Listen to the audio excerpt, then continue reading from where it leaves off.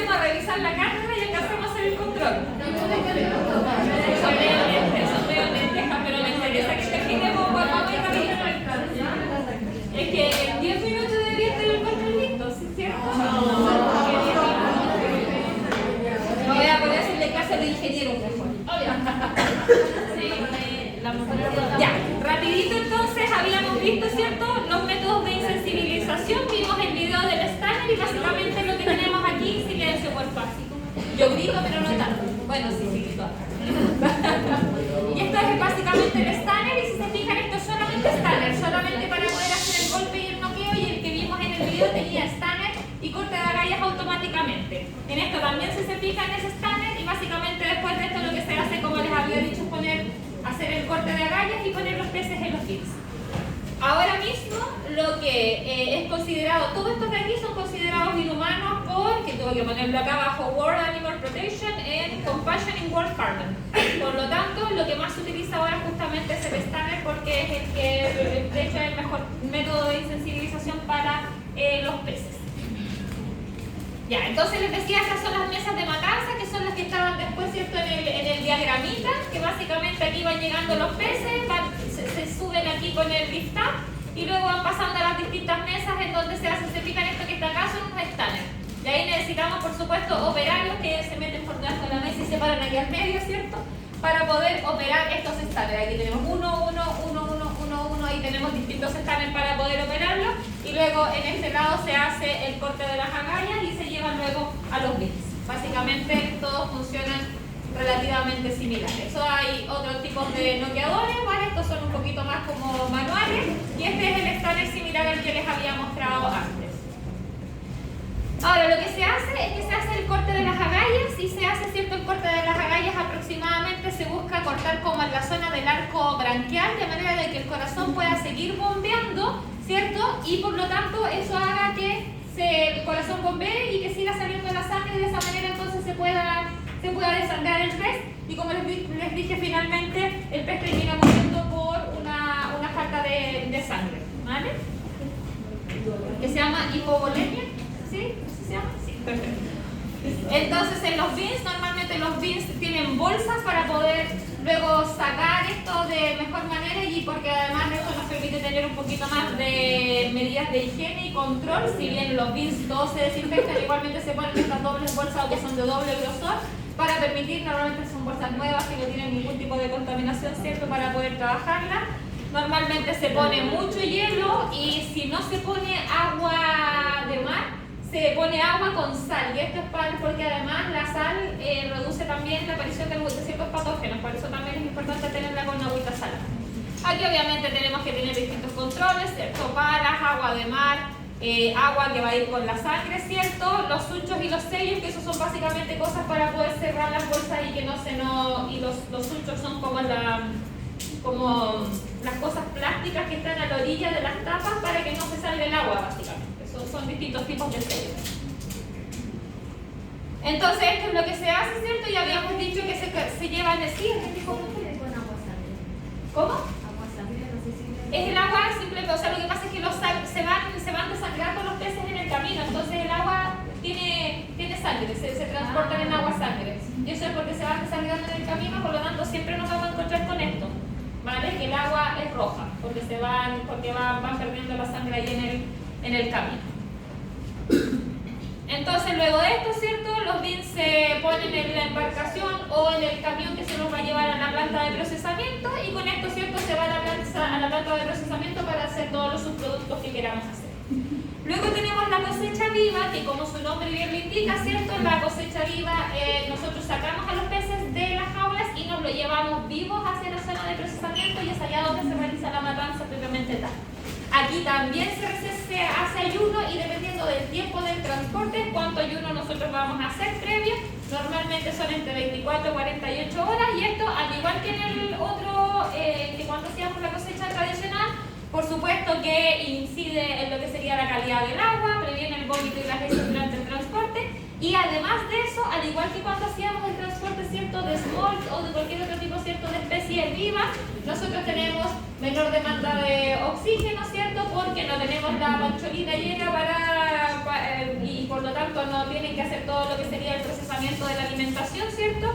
Menor estrés en general, y además de eso, al igual que cuando teníamos la cosecha tradicional, previene la contaminación bacteriológica en el momento del eviscerado, lo que lleva todo a una mayor duración entonces finalmente de la carne propiamente tal. Aquí tenemos, ¿cierto?, cuando se hace el lance ya habíamos dicho que es cuando nosotros, ¿cierto?, tomamos la red y la empezamos a achicar para tener a nuestros pececitos. Y el lance yo ya se los había dicho, pero básicamente es un corte. Si se fijan aquí, la malla se coge y se puede recoger también desde los bordes, y eso hace que la malla suba, y con eso entonces tenemos los peces a más fácil acceso, ya sea para pescarlos con una quecha o para succionar. Aquí es súper importante lo que dice aquí, que el lance es perjudicial para los peces, por lo que debe ser controlado. ¿En qué sentido? Que yo cuando hago una chique, hago un lance, yo lo que hago estoy poniendo muchos peces juntos en poca cantidad de agua, ¿cierto? Por lo tanto tiene que ser súper controlado, porque si no nos puede venir una baja de oxígeno y se nos mueren los peces, ¿vale? Por lo tanto siempre hay mucha visualización cuando se está haciendo el lance para ver cuál es el comportamiento de los peces, se va haciendo de a poco, ¿vale? Para evitar entonces que podamos tener problemas mayores, porque aquí queremos llevarnos a la cosecha viva, no queremos que se nos muera ahí en el momento del lance. Y de hecho el lance no se puede hacer por mucho rato por lo mismo, porque los peces también se estresan, ¿vale? Ya, entonces los peces lo que se hacen, ¿cierto? Se hace el lance y se succionan entonces desde este lance hacia el wellboat, y luego en el wellboat se cargan, que no sé si tengo fotito aquí. Estos son los wellboats, este de hecho es bastante pequeñito para lo que pueden ser. Estos son los wellboats, que como les dije, toda la parte de abajo son las piscinas en donde tiene el agua, no sé si se alcanza a ver, pero las mangueras son negras, pero aquí están las mangueras de succión para llevarle los peces adentro entonces de el wellboat. Y en este caso normalmente en el wellboat ocurren varias cosas, y es que los peces como van vivos, por lo tanto, ¿cierto?, tenemos problemas en lo que sería, van disminuyendo la calidad del agua, por eso es súper importante el ayuno, y por eso es súper importante además controlar todos los parámetros, y en especial en este caso densidad. ¿Cuántos peces voy a poner yo por metro cúbico? Porque eso puede hacer finalmente que tenga algún problema. Cuando nosotros tenemos los peces en un wellboat, pasamos de un ambiente abierto a un ambiente cerrado, ¿cierto? Porque en la jaula el agua va pasando libremente y hay recambio de agua según las corrientes y las mareas que yo tenga, pero en el wellboat no. Entonces, en este caso, los peces van a consumir oxígeno, el oxígeno del agua, y van a estar, ¿cierto?, desechando productos nitrogenados, fecas, ¿cierto? Van a estar eliminando CO2, producto de la respiración, mucus, escamas. El mucus genera espuma, porque el mucus tiene mucha proteína y eso genera espuma, y eso finalmente puede interferir en el intercambio gaseoso también con el aire, y por lo tanto hay que controlar, como les decía, muy bien todos estos parámetros.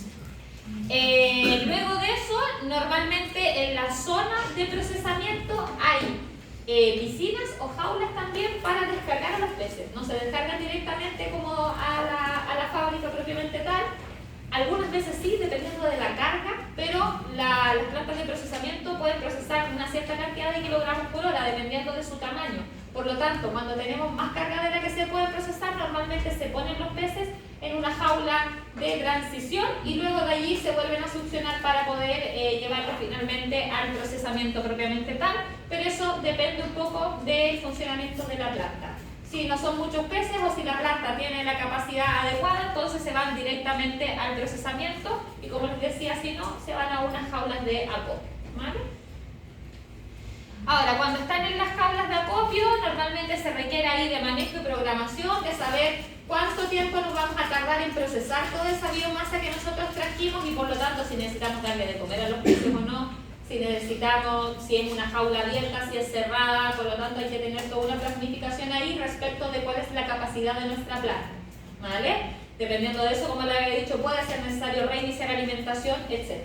¿Okay? Que obviamente es por un par de días, no es mucho más, pero todo depende, como les decía, de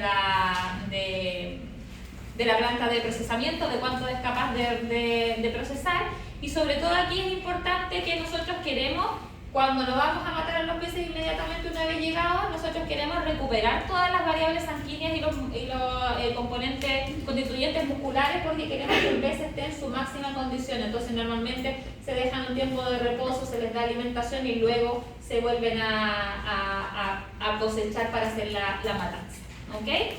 Aquí es súper importante que las jaulas de acopio, por lo tanto, tengan en consideración sobre todo la densidad de los peces para tener, ¿cierto?, el mejor bienestar, que nos va a permitir, por una parte, tener en consideración el welfare para los peces, pero también un producto de la mejor calidad posible.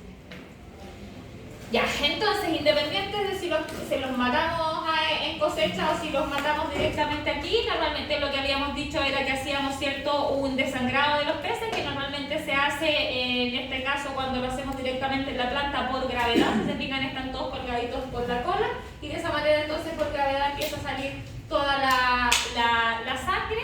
Y en este caso, cuando hacemos la matanza en la planta directamente, también obviamente necesitamos de equipamiento para poder realizarlo.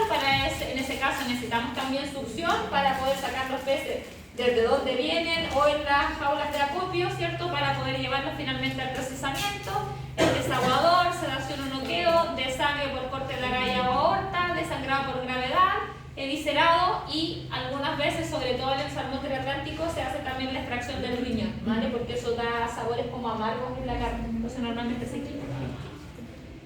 Luego de eso, entonces, se realiza aquí, obviamente, los procesos hasta el desangre son mucho más automatizados, como lo que vimos en el video, ¿cierto? Se hace el noqueo de sangre y después se cuelgan para permitir entonces hacer el desangre, y luego ya nos vamos directamente a lo que sería el procesamiento, que el procesamiento también tenemos muchos procesamientos que son automáticos. Aquí se están sacando la espina. Esto, hasta el día de hoy no hay una máquina automática que pueda sacar la espina, así que se hace, se corta, ¿cierto?, la columna fácilmente. Se puede incluso sacar la piel fácilmente con máquinas automáticas, pero sacar la espina sigue siendo hasta el día de hoy un trabajo manual, como se puede observar aquí.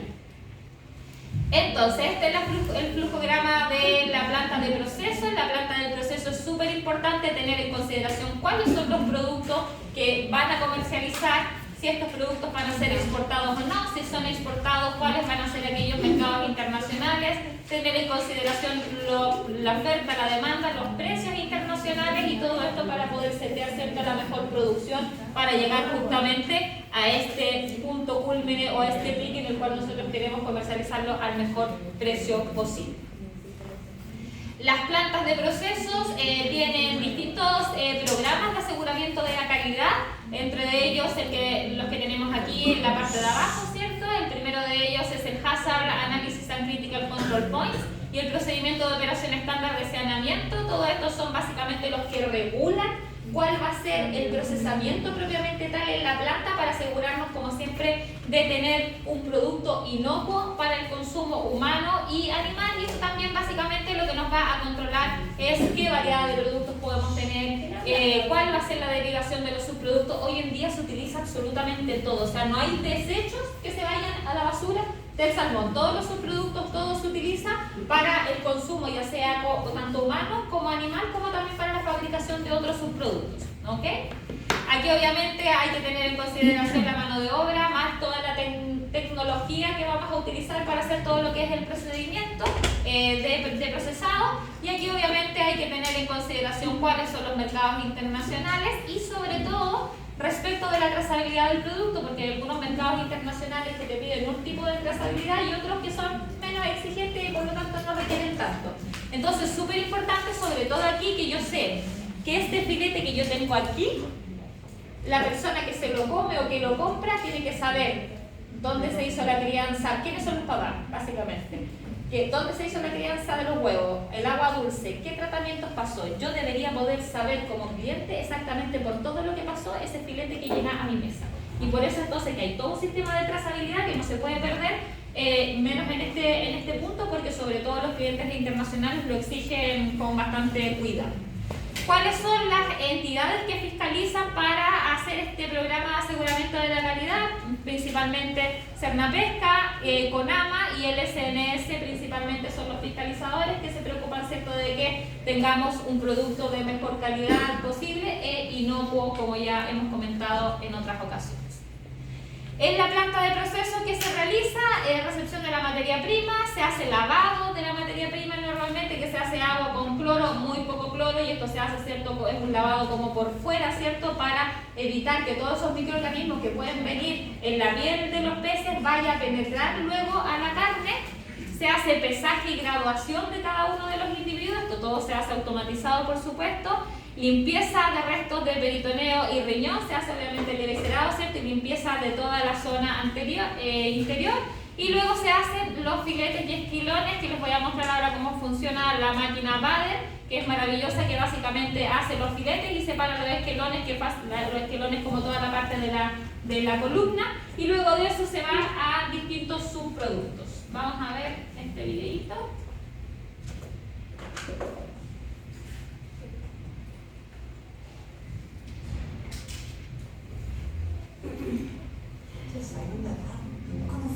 Hoy estamos en Sander, por supuesto.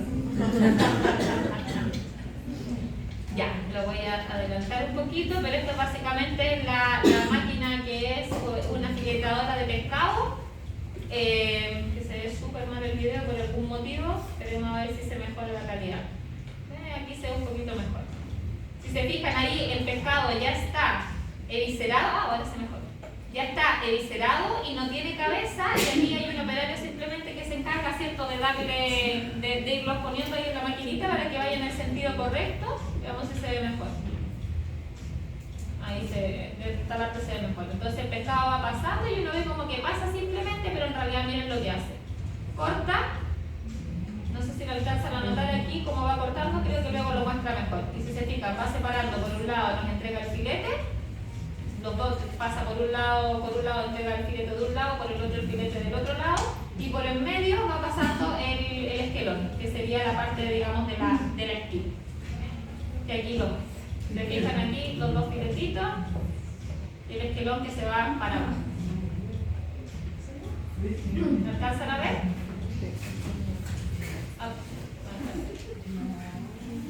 Aquí, un filete por un lado, el otro filete va por el otro lado, y la parte del medio, que tendría toda la parte como de la columna, se va a otro, por otra vía a otro subproducto.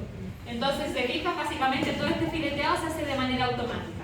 Ahora, esto aquí que el esquelón, que es cierto que se queda toda la parte de la columna y quedan ahí restos de carne, antes eso todo se iba a la elaboración de harina de pescado, pero ahora todo eso se raspa y se vende como subproductos para hacer hamburguesas, para hacer, hay bloques de hecho que son de este raspadito, que por supuesto tiene la misma calidad que el filete, pero obviamente no es el filete y por lo tanto se vende a distinto precio, pero se reutiliza absolutamente todo. ¿Cuánto nos queda ahí? Estamos casi. ¿Qué? No, vamos a hacer mejor el control porque si no le va a quedar muy poco tiempo. Ya, yo quería terminar, pero no vamos a alcanzar. Dice que son medio de